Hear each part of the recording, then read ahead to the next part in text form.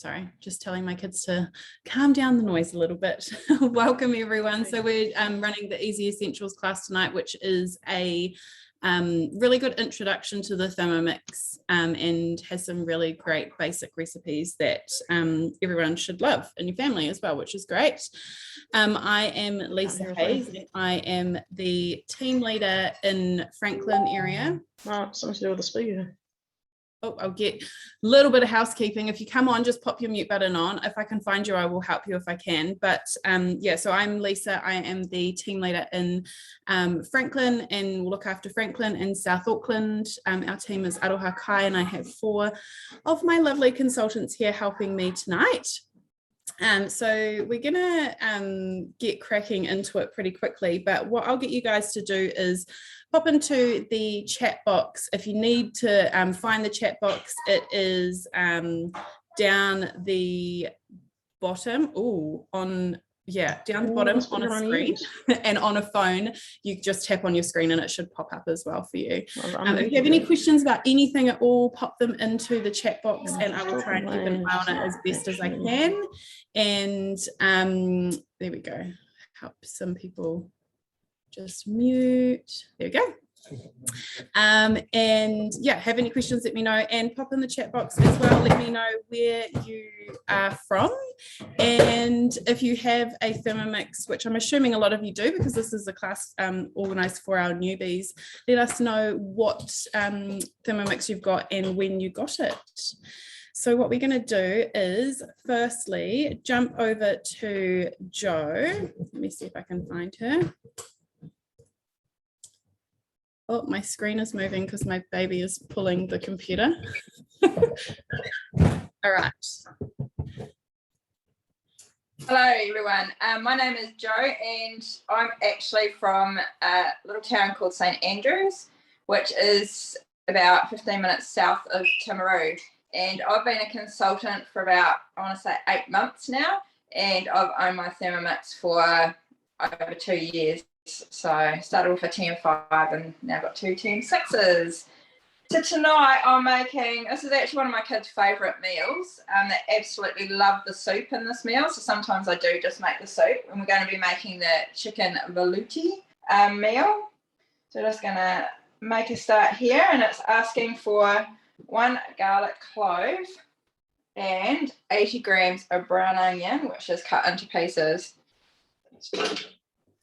I'm going to pop the recipe into the chat box for everyone. If you are a TM6 owner, you want to make sure that you are getting the TM6 version of this recipe because it does use the TM6 modes that are specifically for this new model. So this is just insert our measuring cup into the mixing bowl lid and then 3 seconds speed 7.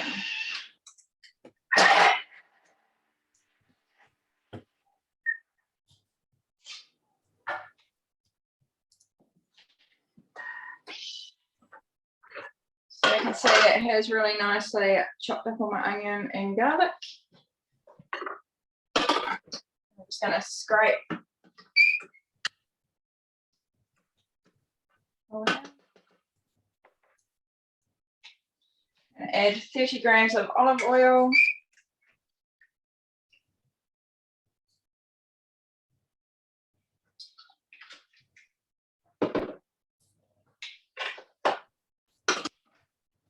And this is just going to cook for 3 minutes on speed 1 at 120.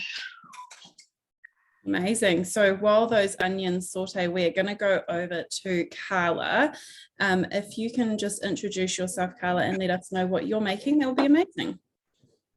So hi, my name's Carla, and I'm in the Franklin area with Lisa. In fact, we just live down the road from each other. I started at the same time as Jo. At that time, I was brand new to the TM6. I'd actually coveted one for quite some time, and then they came on interest-free, and I just thought, well, I'm going to do it. So today I'm going to make the brunch bread, which is just a nice dough first, which then you add some nice ingredients and cook it up as a brunch-style dish. So would you like me to get started? Sorry, I muted myself because there's a lot of background noise and then I had to hurry back to the screen to unmute. Yeah, get going and I will grab that recipe for everyone. All right, so I've preheated my oven before I started, and also I've pre-lined a dish. So one of the things that I really like, I got this from the mix shop, and every size of dish, I guess, tray has a matching silicone mat. Liner, yep. Yeah. So I've just thrown that over the other side. So what we're going to do is start with 280 grams of warm water.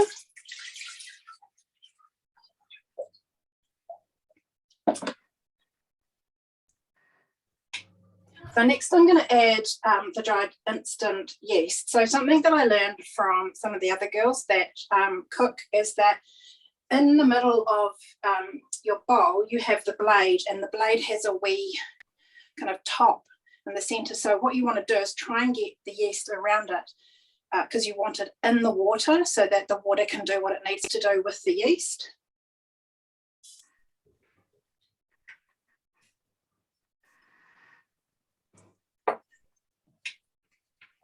Olive oil. Carla, do you want to share with everyone, I'm just throwing her under the bus completely, haven't warned her about this at all, how much bread and how amazing you were at baking before having your Thermomix? Okay. So I actually can't believe, as I was putting my ingredients together, I can't believe I'm kind of on TV doing a cooking show because yeah, so when I did some baking for my daughter to take to school, her teacher said, interesting. And nobody ate any of it. And my daughter said, Mum, even the kids ate the guy's stuff that was bread and butter. So so I got the Thermomix, and I have to say, I actually can't recall anything that I have failed at. And my daughter said to me on a number of occasions since I've cooked dinner for things, Mum, this is the most incredible stuff you've ever cooked. And she's 18. So that's what I would say. If you want to take the plunge, that was actually the reason I got my Thermomix. I'm just going to turn this on because I've put my olive oil in. Just put my salt in. Yeah, so that was actually the reason I did initially get my Thermomix, so that I could cook edible food. But as it turns out, some of the things that I didn't realise. Yeah, we can hear you. What I didn't realise is the amount of money I'd save. So that's actually been amazing for me. I would have to say I save more money than it costs me weekly to pay for the Thermomix, so it's kind of paying for itself. Yeah, love that. So I'm going to just add, I really hope that is okay. I'm going to add some baker's flour. Remember, trust the process. Yep. Who tells you what to do. Trust that process. Okay. I was just going to mix it very quickly. Oops.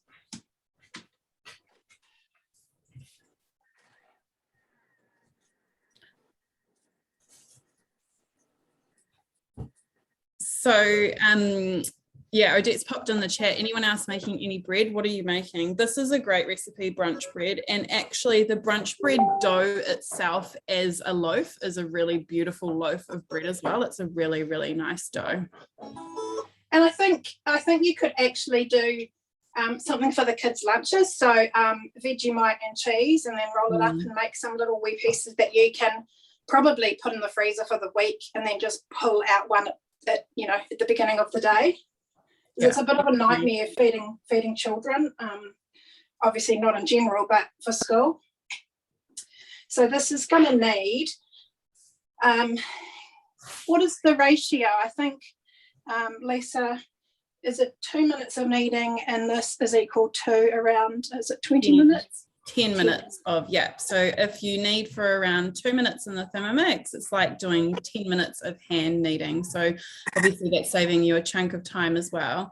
So what I might do is just pop Carla on mute, and we'll jump back over to Jo, and she can do the next step while we're kneading that dough. Got some yummy bread suggestions in the chat as well. Brioche is one of my faves. 5C bread, yum. Hawaiian rolls sound good. Sounds so good. I love making bread, especially yes, too much bread actually. So now I'm just going to add 500 grams of water.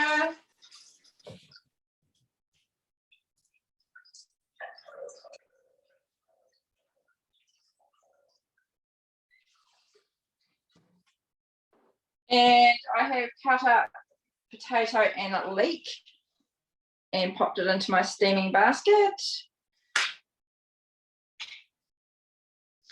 First off, I'm going to actually add, it's been a long day, but I'm going to add, I'm actually using chicken stock paste for this because I love chicken stock paste. So I'm using that instead of vegetable stock paste, but the vegetable stock paste is what this recipe actually asks for. I've just run out. So, and my family love this chicken. I even use a teaspoon of this in your mashed potatoes. Is absolutely amazing.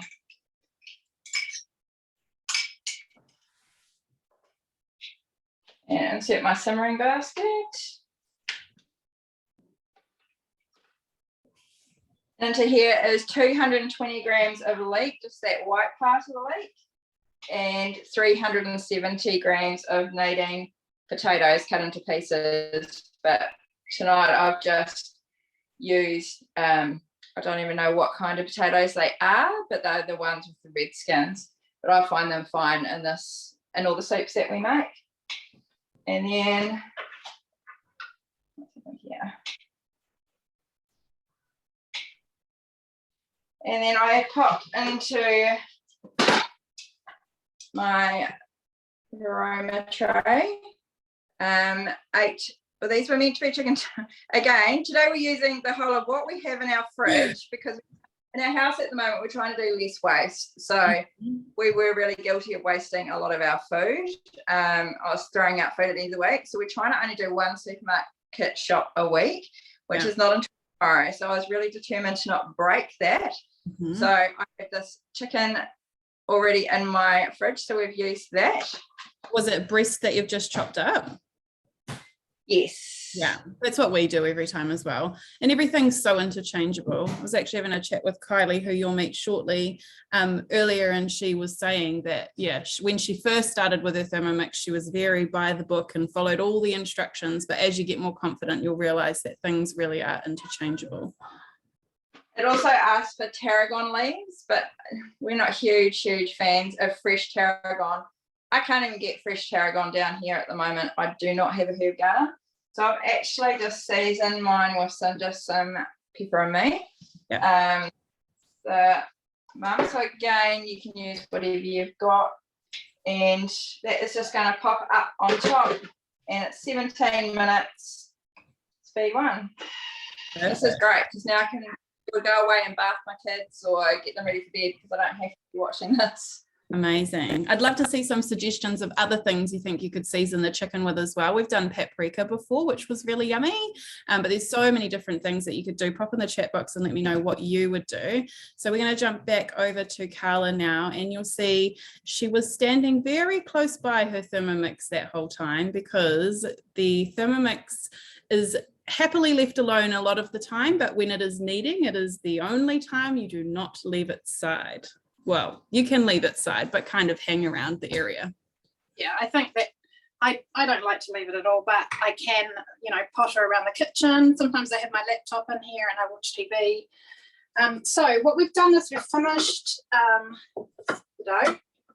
That's pretty much kneaded it all. So what I'm going to do is I'm just going to throw it into a Thermomix mat. Do you want to tell us what you're doing to get the dough out, Carla? Oh, so this wee turny thing actually turns the blade. So sometimes if you can't get things out, you just turn it and it just flicks everything out. So as you can see, I haven't even really tried, but it's got most of the dough out. So then you have to put it aside to prove, but I've just seen this and it's like holy macaroni. Look at this. This is one I made earlier. Never thought I'd say that. But look how much. Oh, can you see that in the camera? Yeah, so it's kind of not quite doubled, but it's definitely a lot bigger. It is a cold day. If it was warmer, it probably would be double, right? That was one of the reasons that for today's class, I used my thermoserver and I put warm water in it first and heated it up and then put the lid on because I knew that it's kind of a wee bit cold today. One thing I would say is that if you put your dough into this and leave it to prove, if you accidentally leave it in there a little bit longer, like overnight when you come home, when you come into the kitchen the next day, the dough will be all over the bench. Just speaking from experience. I love your honesty, Carla. So while I was watching you guys, I had a bit of a brainwave, and that was, so I mentioned earlier on that I've got this wee mat that I put in my tray. So I was thinking I could probably just make the whole thing on the mat and then transfer it on the tray without dropping it on the floor. Yep. So now this is the bit. I mean, I made the bread before, but I haven't made this next bit. It's all right, we can talk you through it if you need any help. I just see that Jenny's popped in the chat that she can't find a recipe in cookie dough, and it is potentially, there you go, it's because of the number. But if you can't find any recipes in cookie dough, make sure you jump into your preferences. What I like to do and tell everyone of my customers to do is untick all of the countries and just tick English, and that will open up all of the English recipes for you. So generally, if someone said that they like a recipe and you can't find it, it will be for that reason. Or if you've typed the number and not the word. Okay, so I'm just thinking this is a little bit, that's a bit better. So it says here that I do it into a large rectangle, 20 by 45, which is roughly a little bit bigger than this wee mat. Just putting a little bit of flour because otherwise it's just going to stick everywhere. Okay, so I've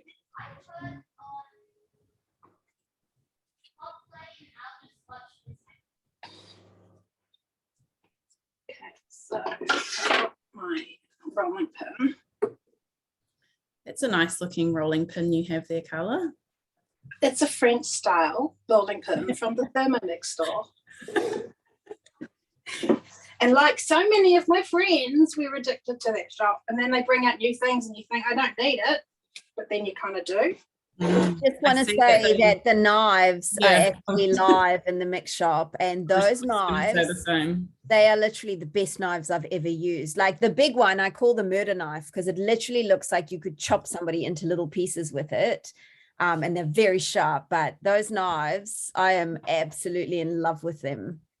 I didn't even plan this, but look, take them out. Can you take them out and show everybody while Carla's doing her? Yeah, they are beautiful. I feel like they should come with a warning though, because they're so sharp. I did cut myself with one.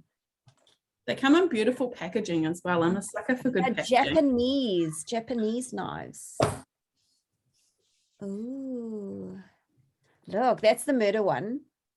When my husband's out of line, I just like hold it up and I go, did you see the murder knife? And then I'm not so sure I want to hear this, but what I would say, if you do murder him, don't clean up the scene with bleach, use peroxide. Kylie, tell everyone what you do for a job. Crime scene officer. Yeah, so you'll help me cover it up, right? Yeah, I can help you get rid of the body. Excellent. Shh, don't tell anyone. And then this is the little baby paring knife too, which is not actually that baby. It's still nice, like a really decent size. but they are beautiful, and they're really lightweight as well, which I like, because normally to have like a really decent knife, they can be quite heavy. So yeah, I haven't used them yet, but I am very excited to. So this is a rectangle, kind of. Close enough works. Yep, exactly. So then it did say with the long edge facing you, yep. Grated cheese, spinach. So basically it just says put everything along the bottom and then roll it up and make it into a circle. So I don't have. So I would, if I can give you one little piece of advice at this point, it would be the bits that aren't out into the corners, kind of just like stretch it a little bit, because you do want it to be even on both ends. Just when you roll, you want it to have something to attach to. But other than that, you're good to go. Sometimes hands are better than a rolling pin, even though that is a great rolling pin. That's what I did feel that. There's a hole there, but I don't think that's actually going to matter when you roll it up. No, definitely not. So what are you putting in it today? Are you following the recipe, or are you kind of winging it? I'm following the recipe, but I don't have any spinach, and I don't have any broccolini, because broccoli is really, really expensive. So I mean, I would do it if I was doing it for a treat, but you know, once a year kind of thing. But at the moment, with prices the way they are at the supermarket, I think the cheese is going to be good to go. Yeah. And then the bacon. So I actually, before I got on camera, I did cut up the bacon, and then I quickly put it in my Thermomix and chopped it up. And I also did my tomato things, and I did the cheese as well. Yeah, because perfect. Nice and organized. I know, who wants to do it by hand?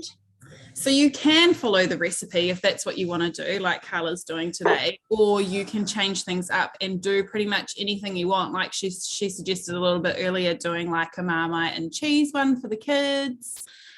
We just kind of use whatever's in the fridge. I like to call them like a fridge brunch bread or fridge scrolls. We quite often have those.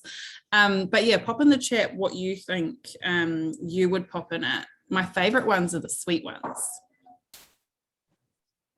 So it says just to roll it up. At this stage, I'm going to try it by hand. If it doesn't work, I'm going to use my mat to help me. But I think it's a little bit like sushi, but what you want to do is you kind of want to roll and tuck so that you've got everything nice and tight in there, and then you've got that bread wrapped around it. I mean, you look like a pro, and you did that pretty well for a first time, I'd say. I feel like if you hadn't said that it was your first time, nobody actually would have known. 100%. Yeah. I'm actually going to take this to the station tomorrow, because people always bring stuff in, and I'm quite proud of myself. The really good thing about this recipe too is you can kind of be a little bit like, it can go in quite ugly, but it tends to come out looking pretty good, so long as you kind of make it into a circle-ish shape. Can I make a suggestion quick, Carly? If you kind of give it a bit of a stretch, yes, because then it tends to bake more evenly. Okay. Yes, just like that. That's perfect. And then tuck it into itself, and then you're I'm definitely happy to take your tips, because I see your stuff every day. Yeah, I feel like it just bakes more evenly, like all the filling bakes. We've got a class that we do in person with this recipe, and Odette is known to get someone else on the other end and give it a big wiggle and a shake to stretch it right out before she puts it into the round. Like a circus show. Before I put it into the oven and do what it needs to, I just wanted to say, before we started, my boss, my team leader, said, could we all mention something that we utilise in Cookadoo? And what I was going to say is, sometimes when I've been working a really long shift and I know I've got to eat properly, what I do is, before I leave the station, I open Cookadoo, decide what I want to cook, And then I chuck everything in the recipe list, and then I go straight to New Word on my way home. So it just means that I'm not, just eating cereal for dinner or toast. Yeah, so that's what I find it really helpful, because otherwise you just get to the supermarket and you forget. Yeah, definitely. And what we'll do a little bit later is remind me of that tip when I ask you, because I will share my screen and jump onto Cookie Do and I'll show everyone what we're talking about. Okay, so what it's saying is I still have to let it proof for another 10 minutes, so I can do that now. Yes. Yeah, perfect. I don't know, Odette, what do you think? Just pop it in or leave it for the 10? I actually don't let it prove again. I just brush it with egg and bang it in the oven. I reckon it's fine. Okay. I don't get an egg ready because I totally forgot. This is what I mean about me. You can also, Kylie, you can also brush it with milk if you don't have an egg. Because I'm cheap. Like, eggs are actually really expensive. And sometimes when I'm feeling really cheap, I just brush it with milk and it's just as good. And then you tend not to use a whole egg as well. That's always my thing. You can brush even with butter, melted butter as well if you want. So yeah. Definitely. I'm just going to mute you, Carla, so everyone can still see what's going on. But what we're going to do is we're going to find Kylie. Here she is. And I'll pop her on the spotlight as well. Kylie, do you want to introduce yourself and let everyone know what you're making? Yep. Hi, I'm Kylie. I have had my Thermomix it'll be 2 years in November this year. And I joined Aroha Kai back in, actually, I launched during lockdown last year. So that was a fun time because I had all these great plans and it all turned to virtual, but it was still fine. Like, it worked. Everything was fine. Everything went really well. And I really loved it. And was that a good segue or what? It all turned to custard. Oh yeah, I'm making custard. Actually, I didn't even make the connection, but yeah, I'm making, so maybe that's why I said it. But one thing with my Thermomix, not only do I love it, and I will tell anyone how awesome it is. So if you're sitting on the fence, jump, because it is an amazing machine. It's changed my life. It saves me time and money. But anyway, not an infomercial. However, with the custard, I love custard and I'll make crumble, and my partner always asks for custard and I always have to say, no, we've got no custard powder, purely because I hated standing over the stovetop to make it. Well, since I've got my Thermomix, I don't have to do that, and I make it fresh like all the time. So it's definitely worth it for just not having to stand over a stovetop just to make custard. So I'm going to start cooking. I don't necessarily always do the lemon zest. I know a lot of people don't. I also was going to pre-measure everything, and I did start to, and then decided no, because I wouldn't do that normally. So it's only 4 ingredients. So start with the sugar. Now, I always do the lower end of the suggested sugar amounts. We're just going to go with that, actually. I was the person that Lisa mentioned follows all these recipes to the letter when I first started. And that was because I've always done that with recipes, even from a book. But with Cookie Do, I very rarely follow it. And I know a lot of people that don't necessarily follow all the recipes. Just going to whiz this for 20 seconds. So what we're doing at the moment is we are milling down the sugar and we're making icing sugar. Now, this is the moment that a lot of people fall in love with the Thermomix at a cooking experience, that wow icing sugar moment. There are so many things that you can mill as well. The loudest thing I have ever milled was dried chickpeas to make chickpea flour. It was insane. It was amazing, the result at the end, but it was very, very loud. Is anyone else milling anything that they want to share with everyone in the chat? Get you to show us your sugar. Odette's popped in the chat that you're sweet enough already, Kylie. And I know it. So yeah, it's milled the sugar right down. I think you can see that. Yep.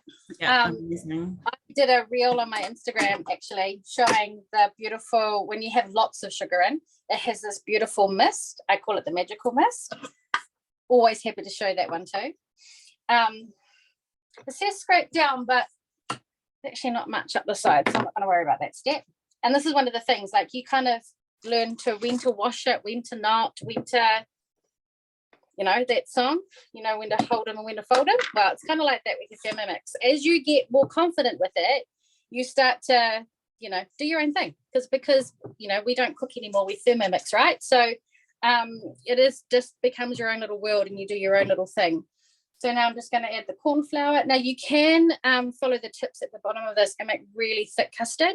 And in my family, we're very big trifle fans for celebrations, especially at Christmas. And I make the entire trifle now in my Thermomix. I make the gluten-free sponges from scratch. I make the custard from scratch when I didn't used to. And I whip the cream.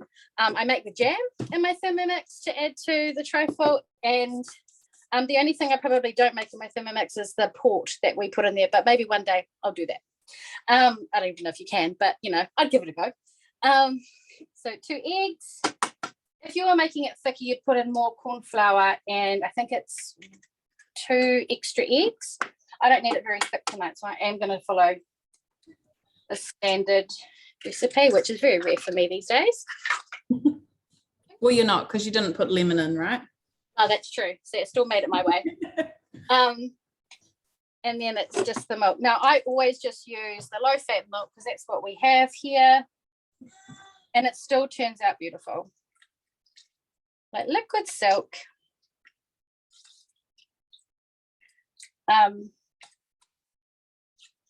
also too, when I make crumble now, there's no excuse not to make custard now. So, you know, I don't make crumble very often. No, just kidding. No, I do make it a lot. Actually was going to be all flash and try and make it tonight. So when I serve my custard, I could show you a beautiful crumble that I've made in the Thermomix. But my day job took a little bit longer than normal. So that didn't happen. But I'll impress you anyway. All right, don't mind me. I'm just going to feed the baby. This is what you do in the Thermomix business. You work the business around your family.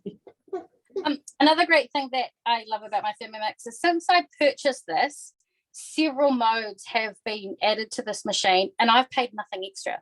So not only did I get rid of my food processor, my stick blender, my normal blender, what else did I get rid of? Oh, a whole bunch of things. I also have now additional things that I didn't have before anyway. So the thicken mode, which we're using for the custard tonight, is one of those modes that's been added since I purchased this. The peeler mode, if you've been hearing us talk about that in the thermo world, it's an amazing device. I didn't get mine straight away. My sister got hers before me, and I've been told off because I left garlic peel in it. But I managed to make my own garlic paste for the first time, and the only thing put me off was I didn't want to peel all that garlic. There is a trick in here anyway, but with the peeler mode and the peeler blade cover, it was a no-brainer really to make my own. Oops, I skipped. So yeah, I'm going to get that going, and it'll just thicken it to perfection and then stop once it's done. Amazing. Fun fact, the custard is how I managed to convince my husband to let me get a Thermomix. I told him I would make custard from whenever he wanted because it's so easy. Like Kylie was saying, you don't have to stand there stirring the custard powder, throw that stuff away. So yeah, now we have custard not as frequently. At first it was quite a lot.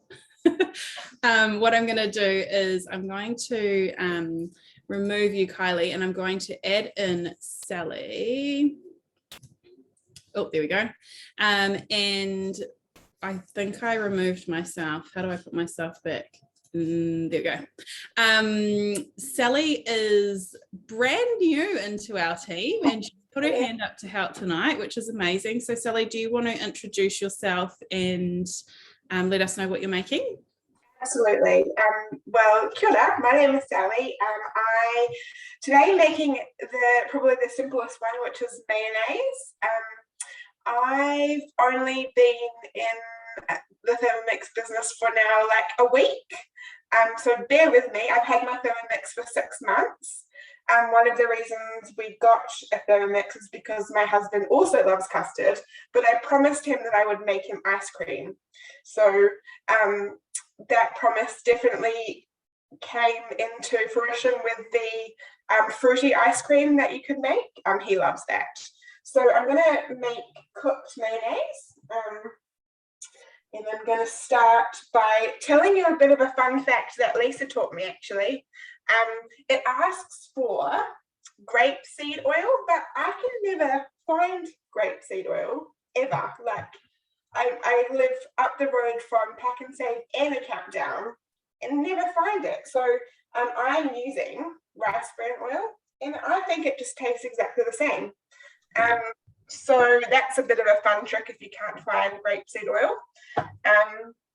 And I've already pre-weighed my oil, so it's asking me to weigh my oil in a jug, and I pre-weighed it to 300 grams.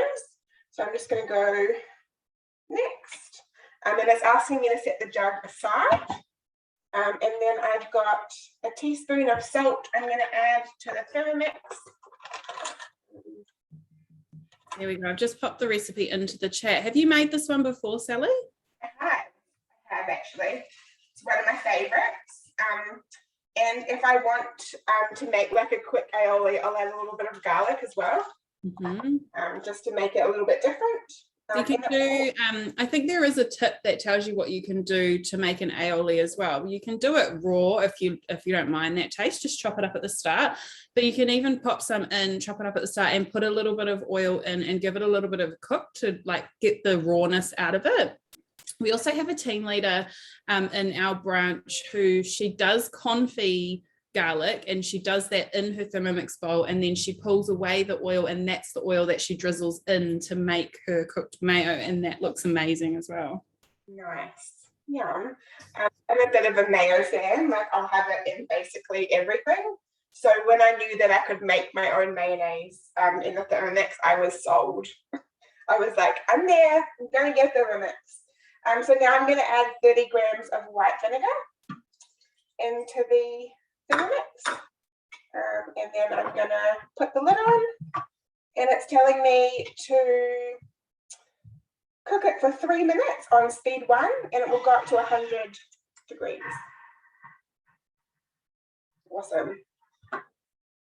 Cool. So the other fun fact is I looked in my cupboards this morning or this afternoon, and I thought I had white vinegar, but I didn't. So I'm using rice wine vinegar, and I can tell you it tastes exactly the same. So that's pretty great that you can use all different types of vinegar. I mean, does work. I tried it first before I am making it now. So yeah. So have you made a batch already today? Yeah. Good on you. It worked because I was like, I don't have white wine vinegar, a white vinegar, and I'm like, I'll give it a go. So I feel like any would work. You could probably even use like a red wine vinegar if you had it. It would probably just taint the colour slightly. Mary in the chat box has asked how to clean the Thermomix. Do you want to explain a little bit about that, Sally, while we've got you? Absolutely. So the way I clean my Thermomix is to put it on a cleaning mode. So you can go into the Thermomix manual mode, and it has a space there to, I think it's called clean mode, is that right? It's called pre-clean. Yeah. Pre-clean. So that's how I pre-clean my my Thermomix before I clean it in like the so if it's really dirty, I'll put it all into the dishwasher. But if I want to pre-clean it something because I want to make something like again, you can use the pre-clean mode, and then it's basically clean for you to then start again with the next recipe. Yeah, it's pretty amazing. It says it's a pre-clean, but it does a pretty good job of most things. Yeah, so it's pretty amazing. It is all completely dishwasher safe and fully submergible in water.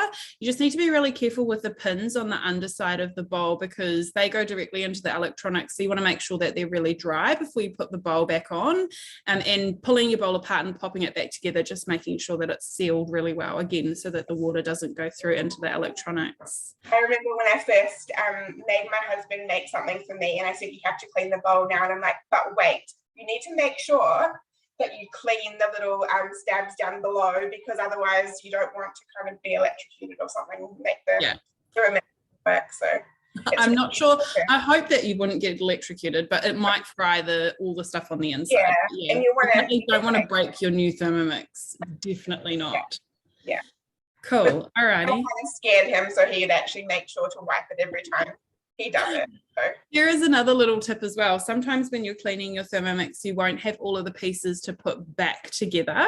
I always got into the habit of, if the blade wasn't in properly, that the bowl never sat into the machine, that you set it next to the machine, unless it's fully put back together, because sometimes it's been, I personally have never had it happen.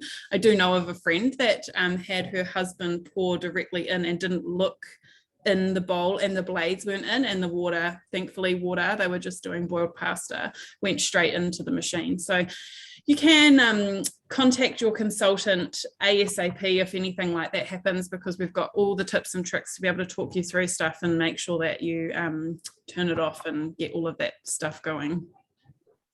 Awesome. Okay, so I think I'm ready for the next step. So it's now all heated up to 100 degrees, and I'm going to crack 2 eggs into a bowl separately. And then I'm going to set that aside. I probably should have done it earlier, but I feel like if you crack eggs on a live or a class, you're brave. I always pre-crack mine just in case. And now what it's telling me to do is to start the Thermomix up and follow the next couple of steps. So what I'm going to do is I'm going to do it while quickly go. So what I'm going to do is put the eggs through the reserve like this. Hopefully. Okay.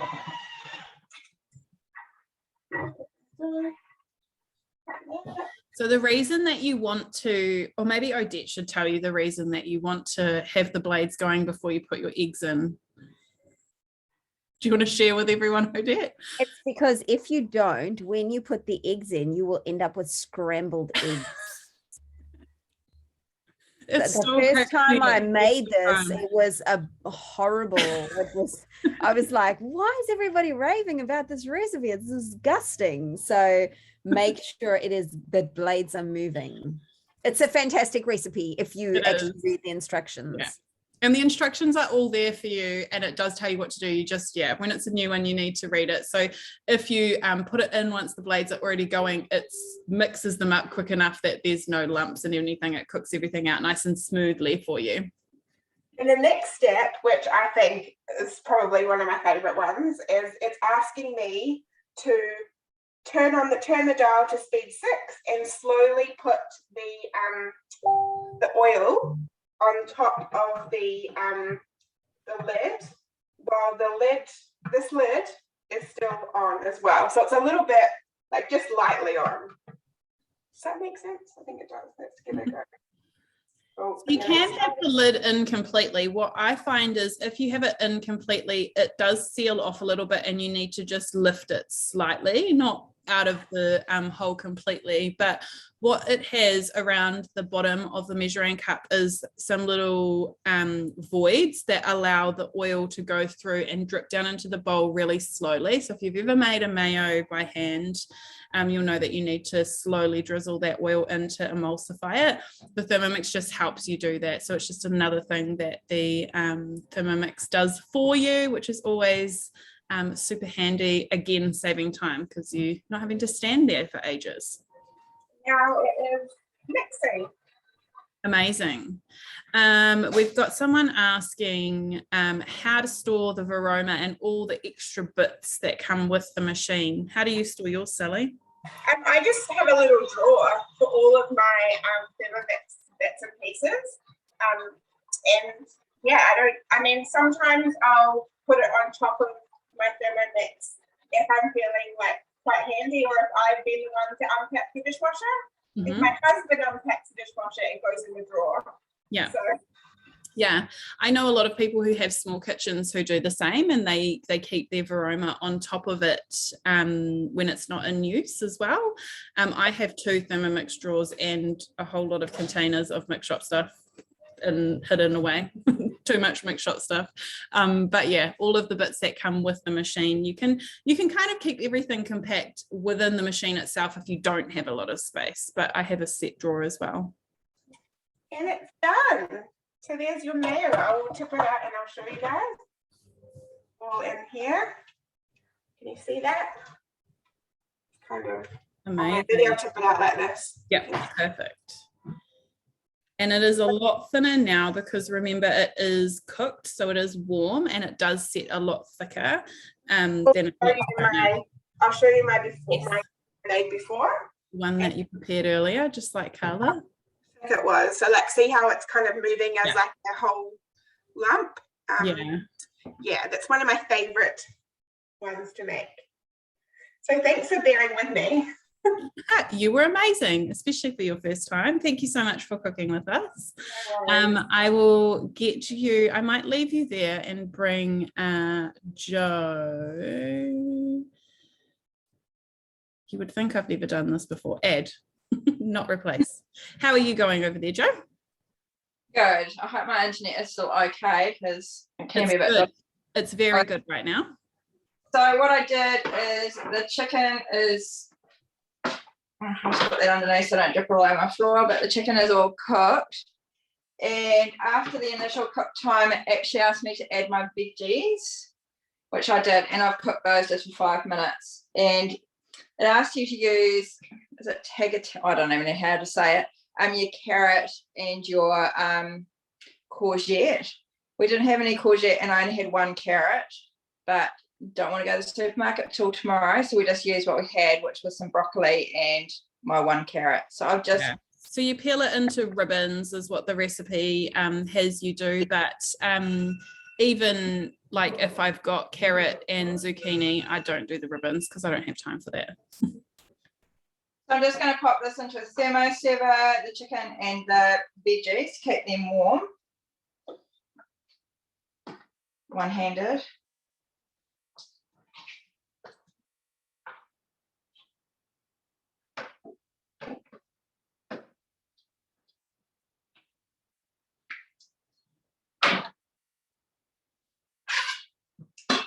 And that thermoserver will just keep that all warm while I finish off the soup. I also only did enough veggies for me and my hubby because the kids have already had their dinner tonight.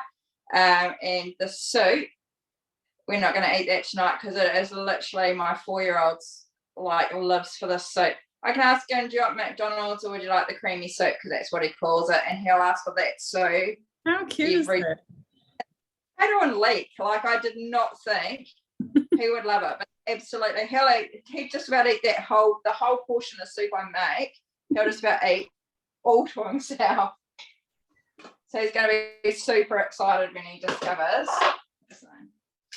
So yeah, handy trick too is remember the spatula acts as a handle for removing the simmering basket from the Thermomix. So there are some handy little videos on the screen for some of the recipes that will show you exactly how to do it. But yeah, the little hook just goes into the hinge end of the lid on the simmering basket and comes out like a handle, which is amazing. And we're just going to actually just add that straight back into the Thermomix, and that's all our beautiful leek and potato all nicely cooked. Sorry, I've got a real small bench. And now I'm just going to insert our measuring cup. And this is going to be for 1 minute. We're just going to blend the soup up until it's like it's creamy perfection. Amazing. And this is why lots of chefs like the Thermomix as well. So the Thermomix gets used over a broad range of people. Chefs like it for their sauces and their soups and all that sort of stuff because the power of the blades, you can turn it on, Jo, sorry. You're all good. It's yeah. I won't stop shaking. I've turned it 5, wait for it to stop shaking, and then you work it up to speed 9. Yeah, so we go up nice and high, get it nice and smooth. There's lots of different soups as well. Obviously this one is made within a recipe. There's another one where you cook a whole chicken in the Veroma on top of a pumpkin soup. That's an amazing recipe. A layered chicken dinner is so good. Lots and lots of soups. Does everyone here like soup? I know some people aren't fans. What's your favorite, especially if you've got a cookie dough recipe? I'd love to see. there's a bit of a chat going on about mayo in the chat box. So I think that the cooked mayo tastes quite similar to Best Foods. It is very, very similar to it. It is delicious. I don't think that we will go back to buying mayo. But you know what's in it as well. That's the best part. It's definitely cheaper, but you know all the ingredients and there's no preservatives or anything like that. If you're making normal mayo and you're not doing the cooked mayo, it will only last in the fridge for a week. But like Odette said in the chat, 2 weeks with the cooked mayo because it's cooked the egg out, so it lasts longer as well, which is always handy. Not that it will last that long. I didn't say this, but I'm a little bit of a rebel. I like to live dangerously. So I just get things out of the fridge and I give them a bit of a sniff. And if they smell okay, I will eat them. But I think technically 2 weeks, but I have kept mine for longer and I just give it a smell and I'm still alive. So I haven't given myself. I'm a bit the same. Definitely a bit the same here. I mean, if you're pregnant, be a little bit safe with that sort of stuff. But if you're not, which Odette's not, unless she's got something to tell us, she is good to go. Back to you, Jo. So am I still on? Yes. Oh, still cool. Yeah. So I just put my soup into the thermos. However, I've kept back some of the sauce just so it covers covers the top of the blades. And then what we're going to do is, thanks to Lisa, a handy hint, because I didn't have any creme fraiche, and that is not actually an ingredient that I would use a whole heap, but I did have some cream cheese. So what I've done is I've used that and added a dash of lemon juice to it, which will hopefully do the same job. And also in here, I've just got my Dijon mustard, 2 teaspoons of Dijon mustard. So I just did a little bit of a Google. So I think Google's my best friend for substitutions because I often don't have stuff. And I literally just type in, what can I use as a substitute for this? And it popped up, so creme fraiche. It said mascarpone or natural yogurt. So I went back into my Google search. This is real basic stuff, but this might help somebody. And if it helps one person, and I typed in using cream cheese as a substitute for creme fraiche. And then it popped up saying that cream cheese is not as sharp as creme fraiche is. And that's why you would add a little bit of lemon juice just to brighten it up a little bit.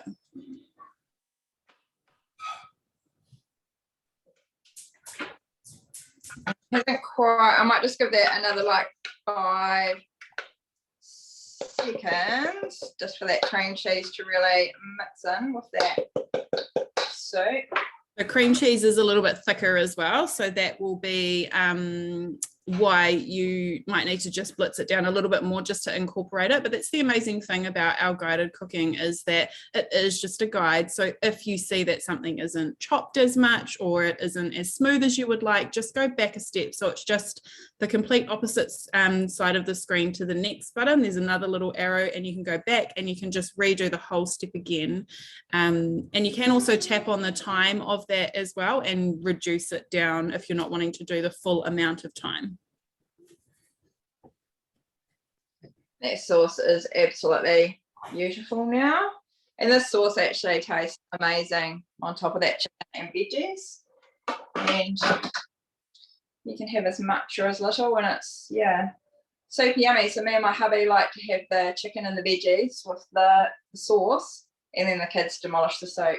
I don't think we even get a look in with the soup. I love that. So I've just brought everyone back. We're going to go around and have a look at all of the different recipes. We've been a little bit extra chatty tonight, so we're not going to have time to jump onto cookie dough. I will run around the girls and get them to share their cookie dough tips with you because they are really handy. But we do have a cookie dough session on Thursday, the 26th of May at 7:30. So contact your consultant if you want the link to be able to register for that. And that is a whole session around cookie dough, which is amazing to learn all the different tips and tricks and stuff. So we will go to, I think we've seen Sally's mayo. Kylie's there. I can see she's ready to show us her custard. So it's a little bit thicker than pouring custard, but it's not thick like I would use on, like, say, the trifle, for example. I'll get a spoon. I can just show you. Just a little bit thicker than pouring custard, but not thick. Like it's, well, actually it's pulled down a bit, so it's probably a bit thicker now. But no. And as it cools, it does get quite thick. So I recently found a hack. If you like a cool pouring custard, you can completely chill down this recipe. It does go a bit like jelly and solid. Pop it back into your Thermomix with just a little bit of milk and give it a really good blitz, and it kind of, I don't know, science, it like breaks down and it doesn't reset again. Don't ask me how, I just know it does. And then you can pop it back in the fridge and it stays runny and pouring custard in the fridge and cool, which is handy because we quite like pouring custard cold and not just warm. The other tip is, if you have leftover custard, which can happen sometimes, is to pop it back in your Thermomix on the warm up mode. Now I use this very recently and have used it just about every day since for something. I'm like, oh, let's try this. It's definitely a function that I was underusing, but it's perfect for the custard because I did try it and it came out perfect and silky smooth. Even my cheese sauce for macaroni cheese, my sister's on here tonight, and I made us macaroni cheese from leftover cheese sauce, and I danced and did all sorts of things because it came out silky smooth. You can tell you, I danced in the kitchen going, oh my gosh, it's like it's freshly made. So it's definitely a function that I recommend. Yeah. And there are some, oh, sorry, you go ahead. Oh, that's okay. I was just saying, Tracy asked in the chat box, she asked about using the manual settings because she can't make this custard, but she wants to know if she could use custard powder. And I reckon you could just follow the recipe on the custard powder box, put it all in and go thicken mode, because thicken mode is magic. It just does it for you. Like, you don't have to manually work anything out. So yeah, I would just give it a go. Great about that thicken mode. Yeah, for sure, definitely. I actually made my son, I have a 6-month-old, some banana coconut custard for his dinner tonight from one of the collections that is for babies, and just quietly I ate a little bit of it because it was quite tasty. All right, let's jump over to Carla and we can see the brunch bread. Yep, that's all done. Somebody asked about cleaning. So while this was in the oven, I put my bowl on the cleaning method, and then I've put it on this thing that I just got out of the box now because I had a delivery today. Shop. So that is all done. I don't have to do anything. I can just eat the food now. Yeah, amazing. The drying mat is so good. We have one of those sinks that's like in underneath the bench, and it doesn't have the drip tray, is that what it's called? That drying mat is amazing. We use it for all of our dishes that we wash by hand. Do you want to bring the bread up just a little bit closer to the camera so that everyone can see? And then maybe you could slice into her and show us the... Yeah, okay.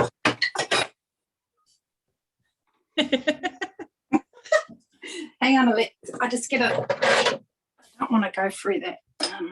No, don't go on to. Do not cut on your thermomix. Definitely not. Use plastic. So I actually did make a mistake. I had the oven on. Do it around here. I had the oven on 180 instead of 200. Yeah, but that's okay. I just left it in for slightly longer. Okay. There isn't much that you can't salvage, and you'll find that your consultant really is a wealth of knowledge. So if you get to a point where you are stressing out because something's not working, just send them a wee message with like a help at the start or something so that they know they need to urgently answer you, and I'm sure that they will help you. Okay, so mine doesn't definitely not look like the picture, but I think that's pretty good. And the cheese is oozing out the middle. So I think it'll taste the same, right? Yeah. Definitely. I'll get you all to stay on as well and take some pictures for us so that we can share them. We'll go back to Jo now so she can show us her chicken veloute. Yum. Such a good recipe because you're doing your layered cooking. The Varoma is definitely, it's just got a cat trying to come in front of the screen now. The Varoma is definitely an underutilized part of the machine for a lot of people. So I highly recommend, if not using this recipe, that you do search Varoma in your cookie dough, and it'll pop up a whole lot of recipes that use it.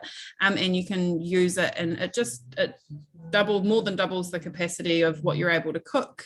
And just there's some really great recipes on there as well. Actually, Lisa didn't know this was coming, but I've actually popped a little link into the chat box. It's a Menti link. And what I'd love for you guys to give us some feedback. So if you click on that link, it will take you to a page where you can actually tell us what the most useful tip was that you learned tonight, because that's the point of this class, is for us to teach you some cool new tips that you may use as a new Thermomix owner, things you may not have known before. So click on that link and let us know. And I'm actually going to share my screen so that you guys can see what everybody learned tonight. Perfect. And while you guys are jumping on and doing that, maybe we'll jump around. We'll start with Jo. Jo, do you want to share your cookie dough tip, your thing that you love most about cookie dough? I think, yeah, the thing I love most about cookie dough is being able to adapt the recipes. And sometimes if I'm feeling really clever, what I'll do is when I've adapted my recipe, I will save it into my created recipes. Yep. So, and so like I've made like my perfect cheese sauce recipe now that uses the thicken mode, but I've saved that because I've altered slightly what the recipe does. And it's just perfect, and I've been able to save that into my created recipes. Or like tonight I didn't have courgette, but I've been able to sub my broccoli, and I'm also really excited about the new modes coming into the created recipes because I use my created recipes a lot. It's just the flexibility, like with the Varoma, a lot of people I found have said they don't use it much, but I use it all the time. So like if I'm doing the mashed potato recipe on cookie dough, then I'll chuck my veggies up in the Varoma on top because it steams through while it's cooking the potatoes. Then my veggies will steam up on top as well, which I find so handy. You just want to make sure that if you are doing that you bump the temperature up to Varoma as well, just to make sure that it's got all the steam going. But don't waste any steam. If you've got something going on the bottom and you need something extra, pop your Varoma on top because you can get lots of extra stuff cooking as well. All right. Sally, how about you? What is your cookie dough tip or your favorite thing about cookie dough? Oh, you are on mute. I think that's the first time I've had to say that tonight. That must be some kind of record. Normally we say it right at the start. The newbie. My favorite thing, so before I got my Thermomix, I was like a food box manic. Like I would get food boxes because me and my husband are both working full time and we need that flexibility. But the best thing for me now with my cookie dough app is I can actually plan my weekly meals on a Sunday. So I'll go into cookie dough and figure out what we're having, and then assign my husband days to cook, and he'll be able to cook. And a little bit of a secret, my husband never cooked before we got our Thermomix. He is the worst cook. Now he is an amazing cook, and he made pulled pork for dinner tonight. So wow, that's one amazing thing that has really, really got me loving my Thermomix and cookie dough app. Yeah, that's me. Amazing. And then Carla's already shared hers, so I think we jump over to Kylie. Yeah, so my tip is don't be afraid to try things that have lower ratings. If you look on cookie dough, there's always like a star rating, and some are between 5 and 4 and things like that. And then a lot of people stick to the 4s when they're trialing recipes, but some of my favorite recipes have 2.5 or a 3.2 kind of rating. Just check the recipe out. If it's got food that ingredients in it that you like, and you might be able to work out a bit of a tweak or change things around, but don't be afraid. Don't let the ratings put you off. If you want to make something and it looks like it's going to work out right, and as you get more confident with your machine, you'll kind of trust what you're reading, really.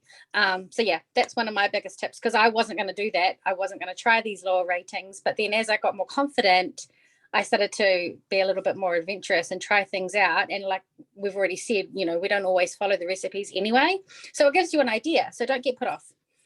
It's all fun.